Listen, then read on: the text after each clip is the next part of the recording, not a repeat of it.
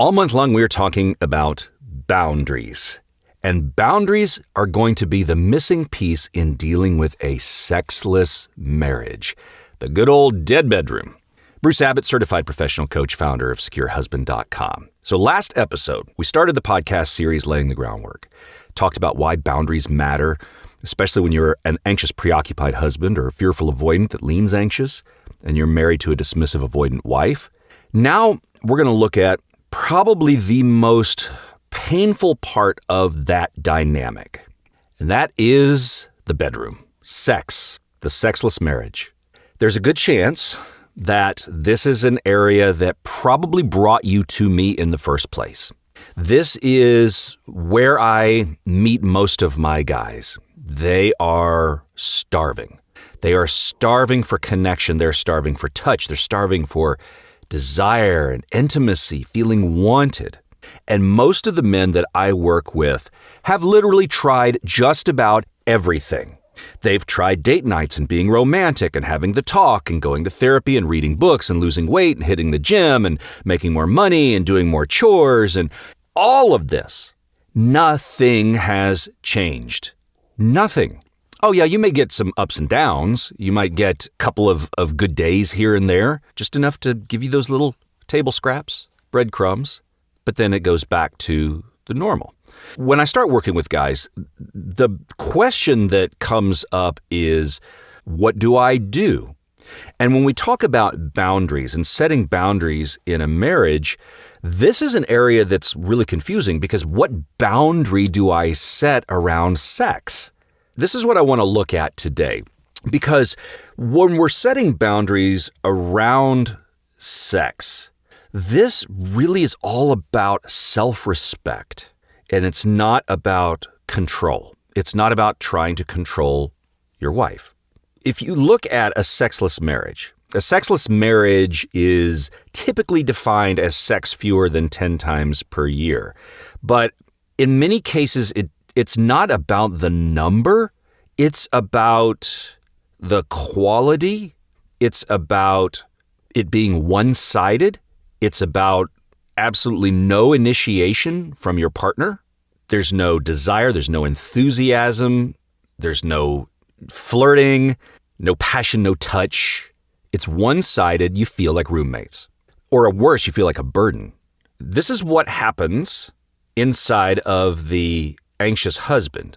Your nervous system now starts to freak out. And your nervous system starts feeding this narrative that ranges all the way from, am I unattractive? Am I undesirable? To, does she love me? Is this my fault? Is she to blame?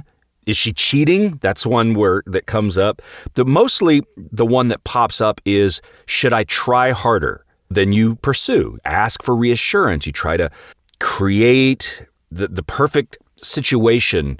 You bring it up. You talk about it. You're over-functioning. You do all the things that we've talked about in this podcast. And if you listen to our podcast series on the dismissive-avoidant, you understand that what she feels is expectation and obligation and pressure, and all of that kills desire. The more you pursue sex for connection, the less safe she feels. And so the more she withdraws. That's the trap. That's the loop that we get stuck into. And without boundaries, that never stops. We understand that. Now, setting a boundary. What is a boundary that has to do with sex? A boundary in dealing with a sexless marriage is not, if you don't have sex with me, wife, I'm leaving. Let's get that super clear, because that is what I hear over and over and over. That's not a boundary. That's an ultimatum. The boundary is not forcing your wife to have sex with you or else you're gone.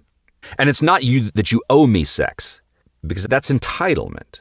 And then we have to be careful too, because a lot of times we'll want to set a boundary of, well, if you reject me again, I'm gonna shut down emotionally for you, because we tend to have this idea in our mind, because what we hear in society is the wife controls the sex, the husband controls the emotional connection. Fine, you're going to shut down sex for me. I'm going to shut down the emotional connection for you. Now you're just playing games. Now that's retaliation. None of those are boundaries. A boundary is not punishing her into wanting you. Desire is not forced. You cannot negotiate desire. So then what? What is true is you are allowed to have needs. Because sometimes we get in these relationships and we're made to believe that is somehow wrong, that we should feel shame for that. No, the truth is you are allowed to have needs. You're allowed to want intimacy. You're allowed to want sexual connection in your marriage. Now, even just using the word allowed makes me cringe, but those are wants, those are needs, and you're not a bad person or weak for wanting that. The question is not whether you're allowed to want sex, but what I suggest is the question is more, how do you stop abandoning yourself when it's not happening? And our boundaries are going to be tied to the self-abandonment part. Guys will self-abandon in sexless marriages, all of those things that we think we should be doing to get our wives interested in us. And that's where we either pursue more or try to stuff our desire, kill our own libido, or we swing into this resentment and shutdown and back and forth. But again, none of those are boundaries. Those are all reactions from your nervous system. So you pursue because you fear losing connection. And you might try to kill your own libido because you fear making her mad. You fear triggering her emotions. And then you feel powerless. I get it. And that's where the resentment comes.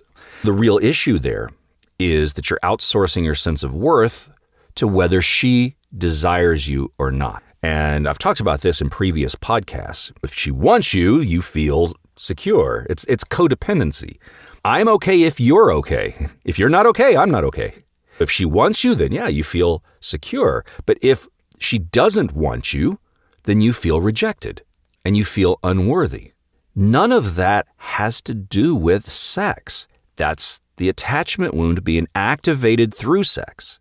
You begin this boundary process by separating your worth from her libido, because otherwise you're not going to be able to set a healthy boundary.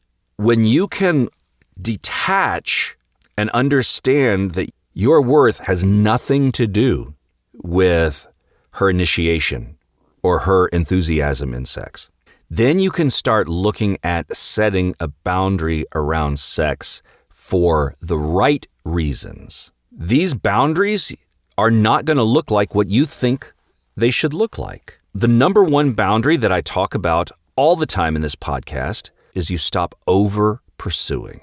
Okay, well, if I stop doing that, I'm never going to have sex. Okay, just hang with me. If you stop asking for it all the time and you stop initiating it every time, you stop trying to manipulate her desire, you stop trying to put the pressure on her because you respect yourself enough not to beg for it. That is a boundary. Believe it or not, it doesn't look like one, but that is a boundary. That right there is going to shift the dynamic. I've talked about this before. When you stop chasing, two things are going to happen. Your nervous system is going to calm down. Her nervous system is going to feel less pressure. Okay, well, I've listened to your podcast, Bruce. I've stopped over pursuing, and sex did not magically come. No, not yet, but it does remove the anxious-avoidant spiral that you're in. So another example of a boundary around sex will be communicating clearly and calmly one time. You're not going to do this over and over and over because that's the over-pursuing. You're going to say something along the lines of, babe, sexual connection matters to me. I don't want to pressure you, but I also don't want to pretend that this doesn't matter.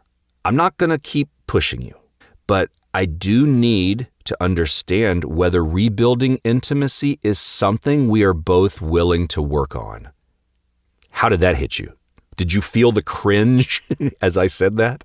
I need to understand whether rebuilding intimacy is something, babe, that we're both willing to work on. And then you notice the tone in the reaction.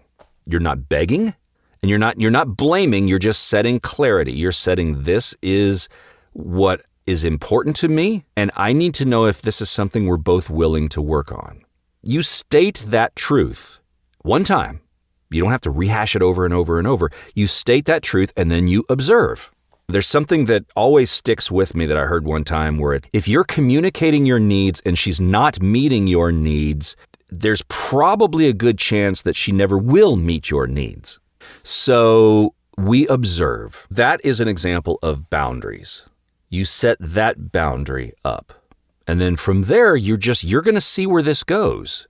You're going to see any intention of your wife wanting to help you meet those needs.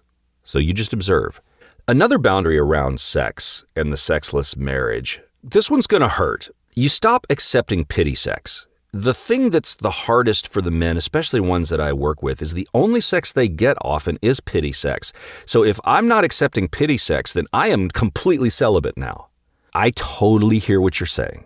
But pity sex, again, this goes back to self-respect. So if she says yes, just to shut you up, and she's not present in it, if she's resentful during it, that's not intimacy. And that accepting of pity sex trains your nervous system to tolerate the breadcrumbs. Setting a boundary might be, babe, I want us both to feel connected. If it feels forced to you, let's not do this. That takes a tremendous amount of courage. That takes a tremendous amount of strength. You're telling her, you know what? If this doesn't feel good to you, let's not do this. And at the back of your mind, you're telling yourself, past history shows she never comes towards me. So therefore, by me saying this, I just gave up sex for the whole rest of my life. No.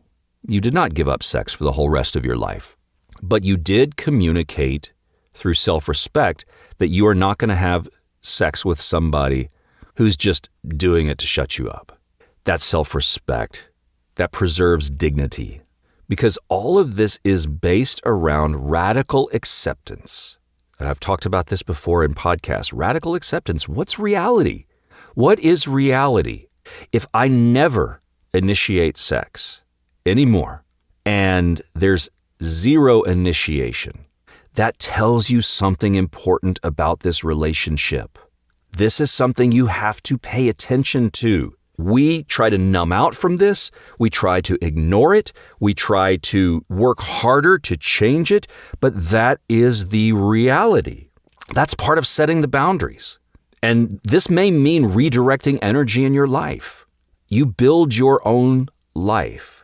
And I get it. When the sex disappears, you hyper-focus on the marriage. But if you redirect your energy into things that are healthy within the marriage. So building friendships, improving your health, deepening your purpose, and developing hobbies or strengthening your leadership. You build that rounded life. I've talked about that in some earlier podcasts, to where your relationship, your wife, her sexuality is not the be-all, end-all of your life. So you redirect some of this energy that you're pushing towards her into other things. Why are you doing this? You're just stopping making sex the center of your identity. Again, this is about self-respect. Boundaries are about self-respect. So what you're going to do is, and you don't have to make a big announcement over, you just do it. You start to improve your health. Go build male friendships. There's something about being with other men, that iron sharpens iron. I talked about that in an earlier podcast. When you stop making this the center of your identity, that pressure on her is relieved a little bit, and oftentimes that desire will return. But even if it doesn't, you're still now building something bigger than just her. That's a boundary. Like I said, some of these boundaries are not going to look like what you think boundaries might look like. In this particular case, building a full life around your marriage is a boundary, because what you're doing is you are keeping yourself from collapsing on the one pillar holding your life up, and that is your wife and her sexuality. That is a boundary. So going back to that radical acceptance, that is a boundary. If a sexless marriage is not temporary, if it becomes permanent, radical acceptance is just understanding with an honest evaluation, this is my reality. This is my marriage. And then from there, you ask yourself, Am I willing, if nothing changes, to stay in this relationship for the rest of my life? I mean, is this something I can live with long term, all the way till the end, if nothing ever changes? That honesty with yourself is a boundary, because it's really a boundary you're holding to yourself. Remember, I talked about that last time. Holding boundaries to yourself is often just as important as communicating a boundary with your wife, because a boundary eventually leads to a decision if change doesn't happen. And I think that's where most anxious men have the greatest fear, because staying indefinitely without any kind of clarity, it's just going to breed resentment. And resentment's going to destroy your relationship anyway. Do you see where the radical acceptance is a boundary? One of the guys I was just talking to this morning before I started recording this podcast, he was in a marriage with pretty much no sex for, a few years. It was like 2 or 3 years. And he did the whole thing. He was constantly pursuing, and he was negotiating and improving himself, and he tried the date nights and all of these things. And it wasn't working for him. And we talked about this. We talked about just stopping the pursuit. Stop bringing it up all the time. And I was proud of him because we talked about this, just telling him, hey, communicating with your wife one time, you don't over and over, just saying, hey, look, mutual desire, mutual intimacy, reciprocity matters to me. And then from there, he just started redirecting the energy into himself. This was a few weeks back. We were talking this morning, and he was saying that a couple of nights ago, his wife actually initiated sex for the first time in months. And he did nothing to demand it. And I told him it's because you communicated your need, and then you stopped begging. You stopped demanding it. That's becoming grounded. And so when he stopped chasing emotionally, because his wife is very dismissive-avoidant, that felt safe to her compared to his usual anxious pursuit. In his particular situation, he's starting to see how this works with boundaries. It doesn't always restore sex, but you stop self-abandoning. You act out of self-respect and that integrity and dignity. Internal boundaries are just as important as the external boundaries. I'm not going to measure my worth by her sexual desire, her libido. I'm not going to punish. I'm going to regulate myself, do the nervous system work. So that rejection, I get it, man. It hits your childhood wound. If you don't regulate, you're going to find yourself numbing or begging or reacting. None of those are going to build attraction. You're just going to create resentment for you and for her. That's where the calm leadership comes in, and that's where boundary setting is important. And if you do all this and nothing changes, well, then you've gathered the information. The boundaries reveal what the truth is, radical acceptance in your relationship. And you stop chasing, and if she shows no interest, and if you communicate clearly and she refuses to work on it, if there's no effort, if she refuses, well, then you got clarity right there. You don't have to be confused anymore. But it's living in that stuck dynamic. That's what is destroying you. And the boundaries end that stuck dynamic one way or another. Think about desire. Think about it. Desire grows in respect and polarity, safety, emotional steadiness. And it dies in pressure and neediness and resentment, those unspoken angers. Your boundary work removes the pressure and resentment. And so it stabilizes the situation. And then she has a choice to engage or not. You're not going to negotiate desire. Your boundary is not going to create her wanting you, per se, but your boundary will create your sense of self-respect. So the boundary around sex is not have sex with me or I'm gone. I'm not going to abandon myself for sex. I'm not going to beg. I'm not going to tolerate disrespect. And that's going to be our next podcast in the series, Boundaries Around Respect. I did a podcast earlier. I'll have to go back and look at what number that is, where it talked about respect in a marriage. And so boundaries are how you handle that. That's going to be our next episode in the series. I hope you get a lot out of this series on boundaries. Boundaries are so important in a marriage because you have to regulate your nervous system to be able to hold them and set them. But from there, that's where you start to build that inner strength. And that's where you start to build that sense of self-worth. And I can tell you from my own experiences and experiences with a lot of the guys that I work with, when you can do that, when you can set those boundaries, whether it's around sex, whether it's around respect, you become attractive again to her. You become attractive to yourself. You start really loving yourself. Whether the marriage heals or not, you're no longer being desperate. You're not trying to control or coerce. You're just existing in self-leadership, grounded strength. So I hope you join us for the next episode on respect. Hey, if you're not subscribing to this podcast already, would you hit that subscribe button? Maybe give me a review if you're a regular listener. I'd appreciate that. It helps the algorithm spread the word to other men who may be struggling. And if you're struggling right now and just need some accountability, I encourage you to visit securehusband.com. There's a form on there for a free 30-minute consultation. No sales pitch, just a conversation to see if one-on-one coaching might be right for you. And I'll see you on the next Secure Husband podcast. Thanks for listening.